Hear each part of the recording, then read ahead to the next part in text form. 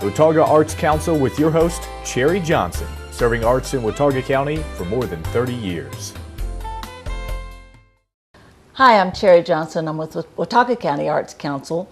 And one of the things we do is we work with other organizations in our community. And I guess recently we've kind of been re-energizing a long-standing partnership and friendship with the High Country Writers.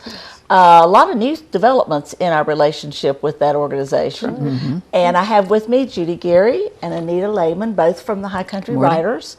And one of the things that we're going to be doing is focusing on a big project that the High Country Writers has been putting a lot of energy and time into in the last several months.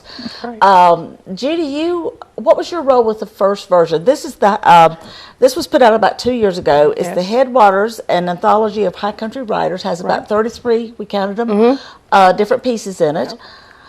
I did the design. I did the typesetting and put the cover together from a photograph that Reese Strasser, one of our members, who is a fine photographer, and has contributed photographs to both versions of the anthology. So I worked with the editor and the authors and with Ree on the design of the book. Right, and the editor of this one was Nora Lurie Percival, who is 100 years old today. Happy birthday, Nora. Happy birthday. Yes, happy birthday for sure. She's a special icon in the writing community in this area. She is. Now, she edited this particular version, and that isn't what made her 100. No. Which is good news for Anita. Yes, Absolutely. Anita Lehman, this is the soon-to-be cover of the second anthology. Oh, yes. And you have been the editor of this one. Yes, I was the associate editor on the first book. So I guess that's why I'm now the editor of this one. And this has been a really interesting process. I've enjoyed it. And it's, you said 38 pieces this time?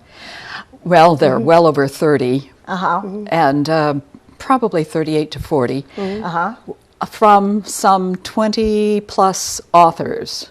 Okay, now did this one, do you happen to, either one of you remember how many authors were involved in this? About the same number. Okay. All right, now these authors are all members of the High Country Writers, correct? That's right. And this is an option, I'm assuming, because your membership is larger than 30-something. Oh, yes. So they submit to it? Is That's that right. what happens? Yes, they were encouraged to submit either prose or poetry in a ready for publication. Right.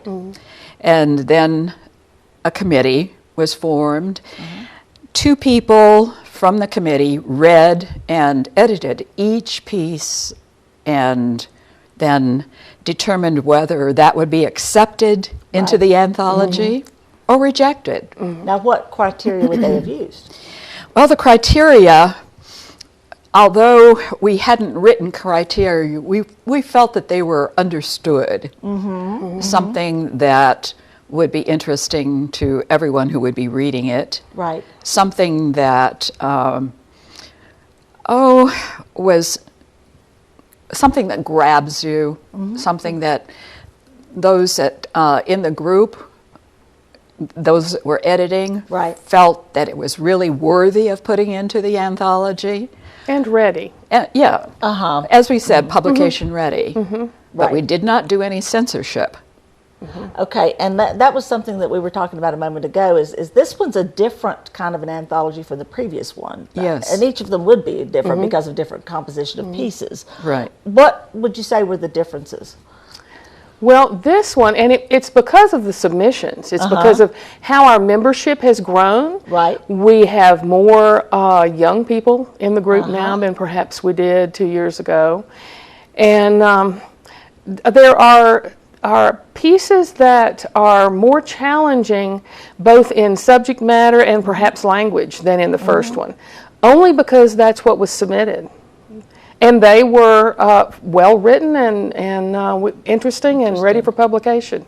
So they might not be exactly what everyone would embrace, but they're certainly worthy worthy of inclusion in the anthology. So the overall components make up a slightly different character this time Slightly around. different character. I would say this one's slightly more challenging. Interesting. Do you think that's reflective of the changing times? I mean, this is 2 years ago versus now. What do you think? Well, it could be, but I really feel that it's the change in the people in our group. Composition of the people, yes. So now let's talk about High Country Writers. The organization is how old now? Since 1995. Okay. And describe it, one of you.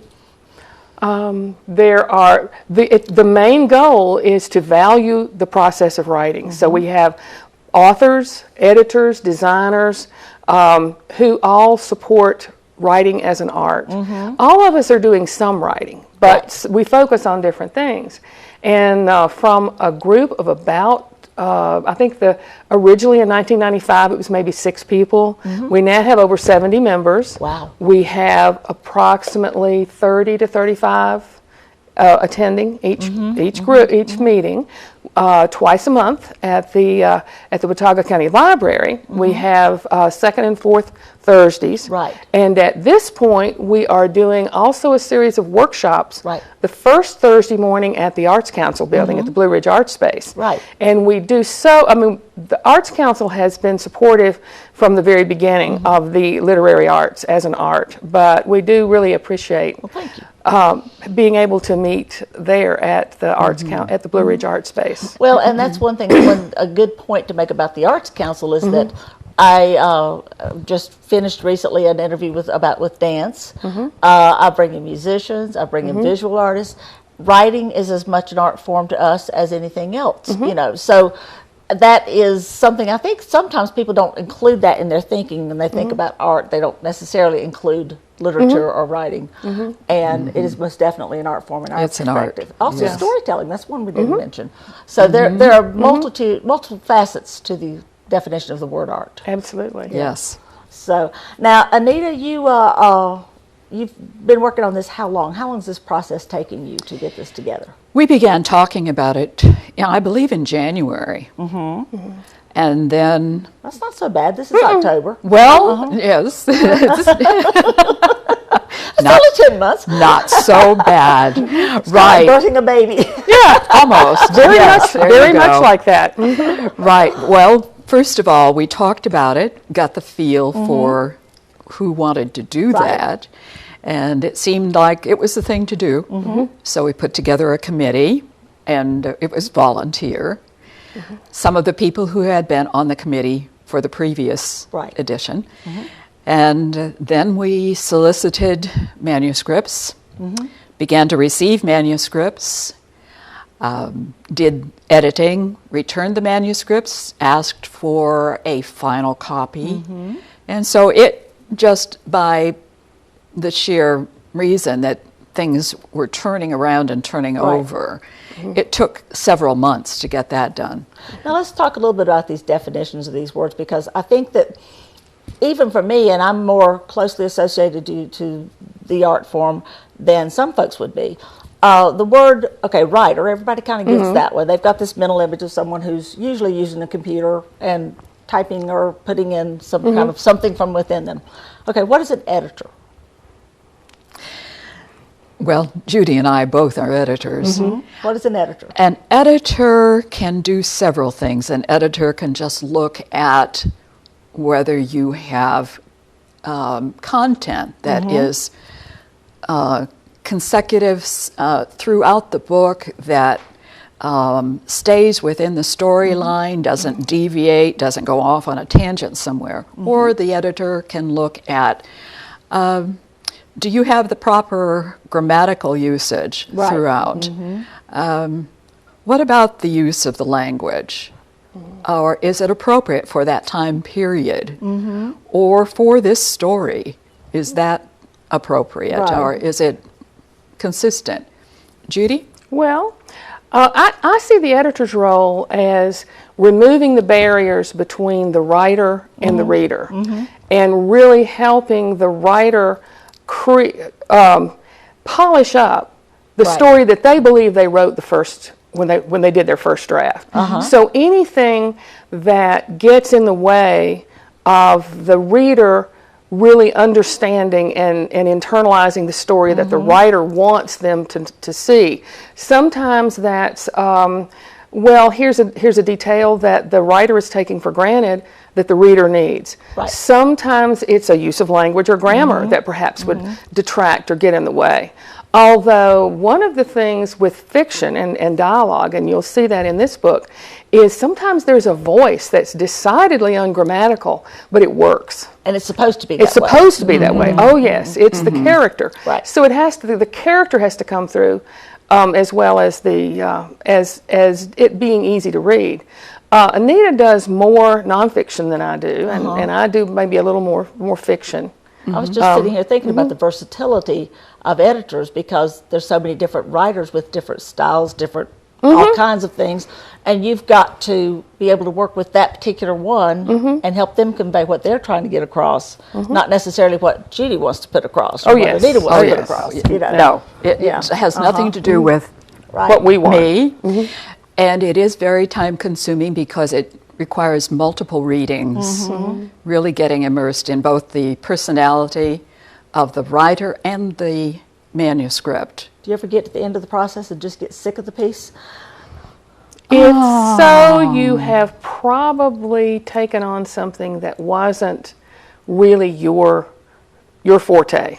You know, that's one of the members of the committee who was proofing pointed out that within the anthology, within the same author's work, that two different stories had very different patterns of language and punctuation.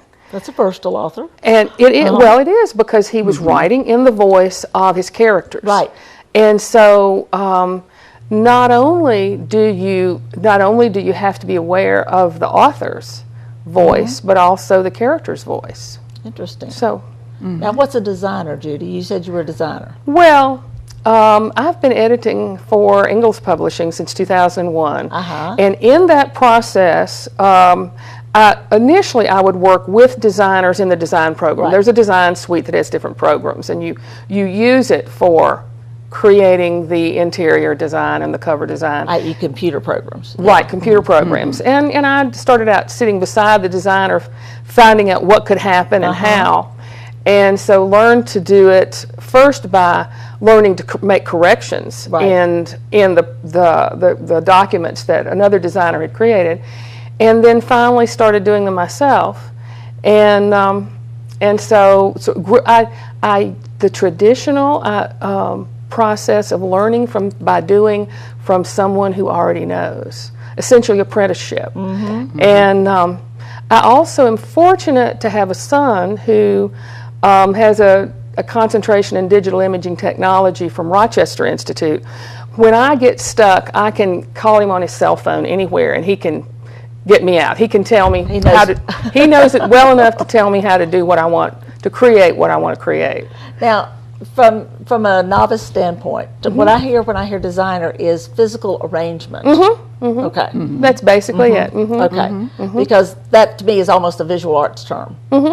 Right. So, now what other parts are in this as far as people that have played a role? You mentioned someone else a while ago. The committee. Well, the committee members. The review committee. Yeah.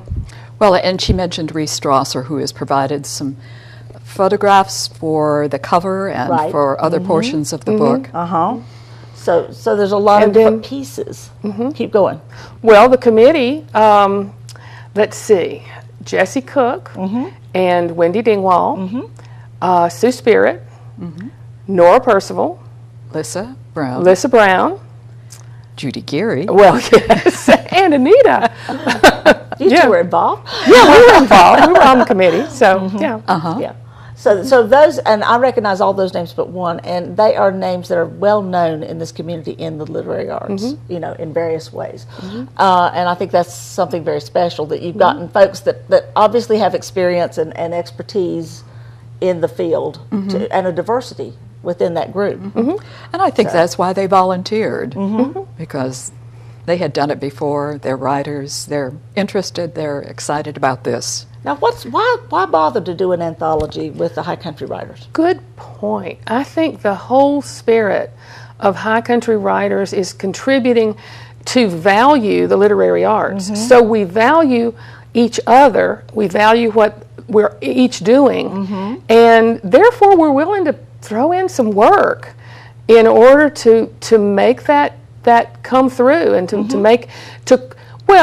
to create a physical manifestation of what we're doing in our heads all the time. Right. Yeah. So we can share it with everybody else, which we will be doing at the Arts Council. Yes. We're, as you know, the Arts Council has a second Saturday celebration every month. And normally we celebrate our 4 gallery openings, which are the 4 different galleries in the building. And of course, we have the gift shop open. And we have a different artist of a different discipline in each of the classrooms. Well, this time we're kind of breaking the mold. And we're going to have authors in all of our classrooms. But as they've just described, the diversity within those authors is obviously going to make it interesting. You're not going to run from one to the next and feel like you've seen it already. There's going to be different personalities, different points that each one will have, strengths and interest and a way of presenting themselves. And poetry. Now, what will the authors be doing that night? Well, they will. Most of them will have books that they of their own that are published that they will be available for sale and signing. Some of them may bring. Well, there's one author I know that usually brings her Swedish lace cookies when she. Now she may be upset with me because I think I've committed her to it. Yes, but there are other authors that are represented in the anthology who also participate in other arts. Bill Baldwin is a wood carver. Right. Neil Is a musician. Is a musician and a potter. So we have. We'll be, perhaps they will have some of their other arts, but they'll certainly be ready to talk to our guests about the writing process and about their interests. This is interesting. So we expect to have several of the artists, authors, at this, and the book will finally be available? The book will be available by the 8th. We're crossing all of our fingers and all of our fingers and all of our toes. We're supposed to get the first copies the 1st or 2nd of November. So we're. Where is this printing process happening? South Carolina. Okay. We are pleased that you can do that. We're using this CreateSpace, the subsidiary of Amazon, for the printing. So, Anita, will you at that point take a long vacation? I probably won't take a long vacation, but I might hide away. Or maybe go do your own writing for a change. I might do that, yes. I've been inspired by these authors. Oh, yes. And one of the workshops, I should bring that out too, is we learned so many things in our workshops, and one of them was on poetry, forms of poetry. And we wrote some poetry that I've not done before. Not since high school anyway. I was thrilled that, yes, it really flowed. So I'll be looking at some other things. That's great. Now, do you have pieces in this anthology? I do not. No, I do not. This time. Not this time. So this is not a self-promoting thing. No. This is No, I definitely was the editor. Now, what is your own writing, Anita?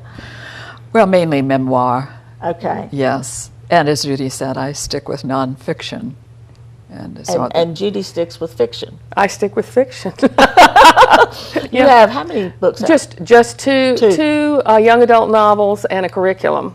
Oh, that's what I was about thinking, Getterix, the Danish captive in ancient Rome. So I'm sure my characters are standing around tapping their feet right now. What has happened to her? She's lost. Yes, I haven't paid attention to them in a little bit longer than I should. But so we welcome people to come to our meetings. Yes. And we welcome people to come to our workshops. Right. And one of our workshops for high country writers grew into a workshop that'll be available to the public. Is it November the 11th? Yes, November the 11th at 7 p.m. at Blue Ridge Art Space. Right. We're doing a workshop on independent publishing, how to, and it's free to members of the Arts Council and to members of High Country Writers. Right.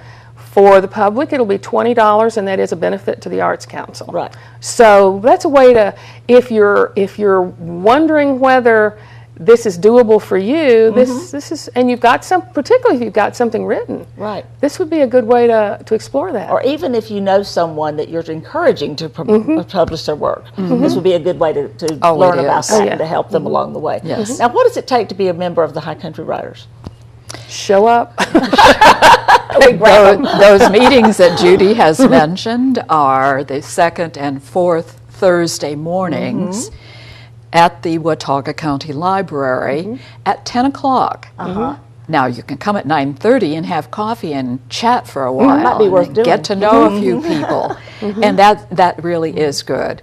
And come and visit one of our meetings or two, and our dues are very reasonable. $15 a year. Wow, that is reasonable. Oh, very reasonable for what we do. And the information that you'll get from speakers, critiques of our own works, and then now workshops. So we actually have 3 meetings every you do. month.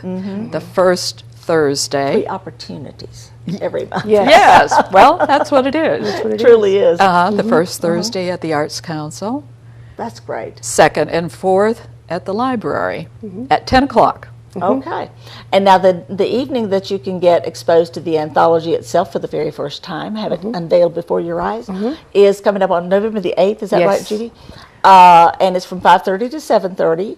And it will be a celebration not just of the visual arts, but also of the literary arts, which I think is a really cool marriage of sorts, or partnership of sorts. So I think that's really neat that people will have an opportunity. So we'll have folks there that are interested in both, and one or the other, and they'll be exposed to the other. Yes. And enjoy that new dimension in the arts. So.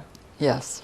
Thank you both for all that you're doing to promote the artists and the arts and the literary arts in particular in this community. I know that being writers yourselves, you want that to be encouraged, but I think it's also, you could be spending this time writing your own stuff. But it's encouraging to be with other writers on a regular basis. Keeps you moving forward. It does. It must.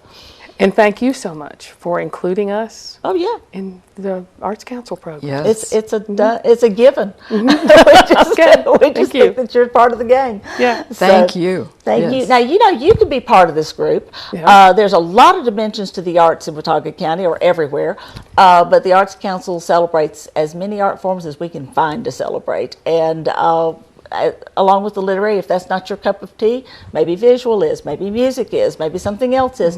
You need to come and be involved with the Arts Council and find out about all the cool things that we're doing and all the different versions of the arts. The High Country Writers has a website. It's highcountrywriters.tripod.com, right? Right. And the Arts Council has a website, which is watauga-arts.org. Check these websites for information about all of this and a lot more. Watauga Arts Council with your host, Cherry Johnson, serving arts in Watauga County for more than 30 years.